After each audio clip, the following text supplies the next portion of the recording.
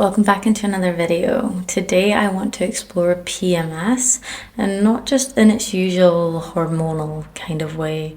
I want to dive deep into what PMS actually is, the common causes, and then an unspoken culprit behind PMS. How PMS isn't always dysfunction, but actually can be our body demanding truth. If you've ever felt like everything seems to get blamed on, oh, it's just that time of the month again, or that your feelings have completely been dismissed simply because you're in your luteal phase, then this is for you. So let's start with the basics. What is PMS? It is a collection of the physical, emotional, and energetic changes that are going on within our body during the luteal phase, approximately 10 to 14 days before your bleed, depending on your cycle length. It's not just moodiness and it's not just a flaw, but it's a biological and cyclical shift that happens in our body every single month, where our brain and our body literally shift how it operates. Your hormones change, your neurotransmitters shift, your metabolism increases, and your emotional awareness sharpens. PMS is a full spectrum of symptoms, and understanding why it happens in your body is the key to changing how you experience it. Most women will know PMS as things like moodiness, emotional reactivity, tiredness, acne breakouts. However, we can experience PMS in a completely different way when we understand what's going on with our body, and when we learn to work with it. It can actually be a beautiful opportunity to tune into our bodies. So I want to cover some of the common causes why women do experience PMS before I get into the main bit of what I want to speak about today. So some of the common causes are, one of the biggest ones being hormonal imbalances. So common ones are low progesterone, estrogen dominance. Now, that doesn't necessarily mean your estrogen is ridiculously high, it's just high in comparison to your progesterone, and also in your body's ability to flush out estrogen levels as well. We also have blood sugar instability, so these crashes and highs in our blood sugar levels can typically lead to feelings of anxiety and feeling overwhelmed. We can then also look at stress and cortisol dysfunction. So when our stress hormone cortisol is elevated and we live there chronically, it then impacts our progesterone. So this can lead to that feeling of feeling more emotional than usual. We also can look at undereating or nutrient deficiencies. So when we are in our luteal phase, our body naturally gets a little bit depleted just as it's preparing to shed and then go through that detox phase of our bleed. However, if we don't support our body with correct nourishment during this phase, it's going to feel even more depleted. So things like being low in magnesium, B vitamins, and iron can all contribute to those PMS symptoms. Another one can be overtraining. So this kind of links back with the stress and cortisol. If you are overtraining for your body, now this doesn't have to just be in luteal, you could be overtraining earlier in your cycle as well, and it will have impacts during your luteal phase, but it will cause your cortisol levels to remain high, and again can then lead to those feelings of PMS. Another big one is poor sleep or not enough sleep. So sleep is regulated by hormones, and it can actually throw off the balance of our reproductive hormones as well. So again, when these reproductive hormones are out of balance, we are then going to start feeling more emotionally reactive, and simply by being more tired, most of us do feel more emotionally reactive. So that will definitely contribute to your PMS symptoms in luteal. We also then have gut health and inflammation. So our gut is what helps us flush out those excess estrogen levels. And like I said in that first point, if our body can't flush out the estrogen, then it can contribute to those PMS symptoms. And our gut health is also linked very closely to our mood. If you eat food that throws off your digestion, throws off your gut, and causes inflammation in your body, your mental health will suffer because of it. And finally, another common one is endocrine disruptors and toxins. So these can be found in things as simple as skincare products, beauty products, cleaning products, and the toxins in these will throw off our hormones. So again, I'm coming back to the hormones, but when the hormones are out of balance, then we are going to start feeling those PMS symptoms. So if you use a lot of skincare, beauty care products, even certain cleaning products in your house, I would be a little bit more cautious, because these can be triggering those PMS symptoms without you even realizing. So if you're new to exploring PMS, I would recommend starting with these physiological causes. This is probably the most important place to start, because if your body is physically out of balance, then we are going to see these symptoms. Now, we do have many natural and holistic approaches we can take to reduce PMS. So a big one is going to be nutrition. This is probably one of the first factors I would say to focus on. Like I'd mentioned earlier, if your body is depleted, you are going to start to feel these symptoms. If your gut health is poor and your body's inflamed, you're going to feel these symptoms. So we really want to be focusing on a healthy diet, a very nutrient dense diet as well. So I honestly would recommend eating lots of red meat. You're going to get so much iron from this. If you are one for feeling that dip in luteal as well, I'd get a source of iron with a source of vitamin C. For me, I choose raw liver and orange juice.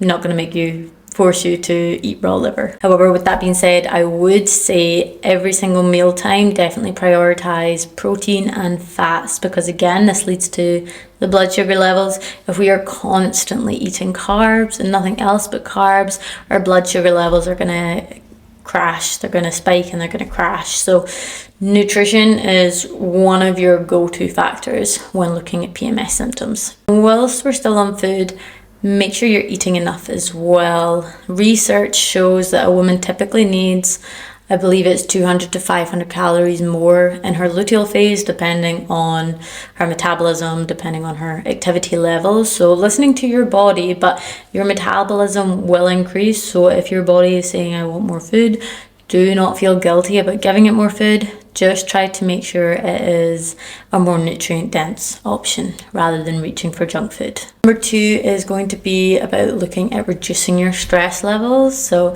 this is going to go back to the overtraining. Let's not overtrain at any point in our cycle, because even if you overtrain in follicular or ovulation, you're then going to suffer an even bigger dip in luteal. And then also if you're trying to overtrain in luteal, your body's energy is already going down. So you're going to deplete it even further, and this is going to send the stress levels up. So let's not look at overtraining. We can still opt for strength work when we're in our luteal phase. Some women like going for Pilates and yoga, and as you go throughout luteal, you'll notice the energy goes down, so you can start to tailor your movement according to that. So early luteal for me, I will still have a fairly high energy. I'll still be able to show up in the gym pretty well. But late luteal, I will definitely be opting for more breath-led yoga sort of movement. We can then also look at, not everybody has this luxury, but if you're able to lower your workload a little bit in luteal, that will significantly help. Reducing your screen time, particularly before bed as well, so that we can get good quality sleep.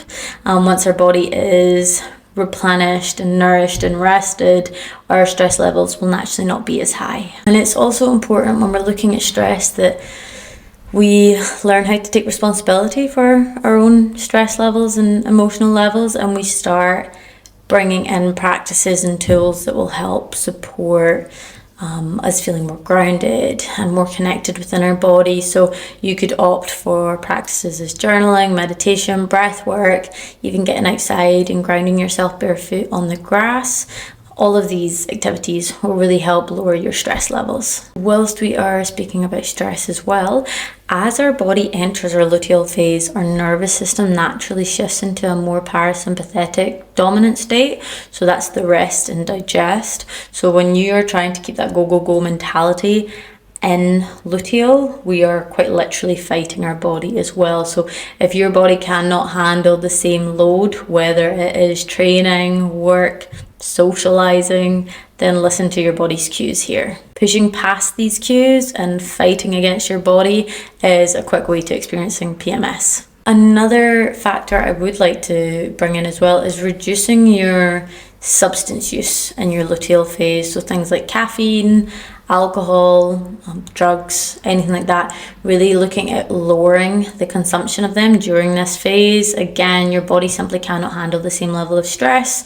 So your body's going to thank you for allowing it just to come down and be in stillness rather than going on some sort of spike and some sort of high. Essentially, when it comes to healing the physiological causes of PMS, it really comes down to nutrition, lifestyle, stress. Now within lifestyle, you've got training, sleep, stress comes in there as well. So it's a very broad bracket. It is essentially just you optimizing your physical, emotional, and spiritual health. Now, this is where I want to speak to the women who are taking care of themselves, who are eating a nutrient-dense diet or focusing on balancing their hormones or looking and actively trying to heal every single day. This is for the women who have put in so much work to heal the physiological causes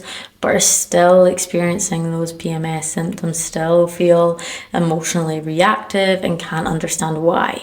Now, I like to look at it as when PMS goes beyond the physiological causes, it is our body demanding truth and it's demanding change.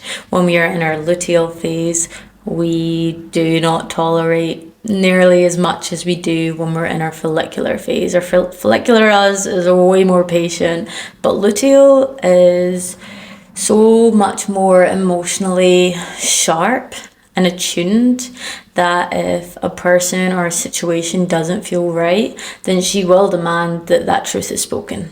Society loves to put blame on a woman reacting down to that time of the month or PMS, as if it's somehow going to completely invalidate the experience that you're actually feeling. I think I can speak for most women when I say we've definitely heard or had the term used as, oh, it's just that time of the month. And this phrase is so commonly used, but it honestly is just used to belittle us, to shame us, to guilt us into feeling our emotions. But here's the truth. For many women, particularly the women that are doing the inner work, that are actively regulating their own emotions, PMS is not a dysfunction. It is your body demanding the truth. Your patience lowers, your boundaries rise, your emotional awareness sharpens, and your desire to live something that feels misaligned completely disappears. Your luteal phase is biologically designed to seek truth and integrity and safety.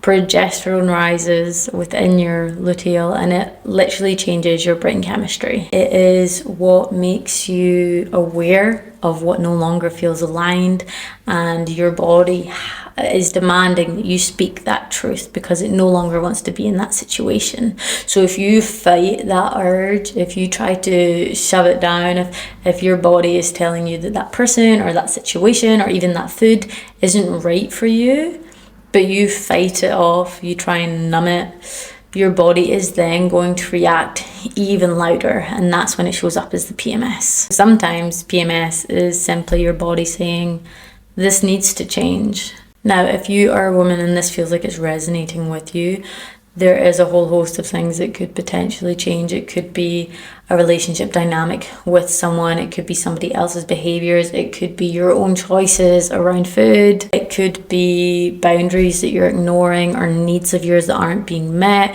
It could be overgiving, or it could be feeling not supported enough.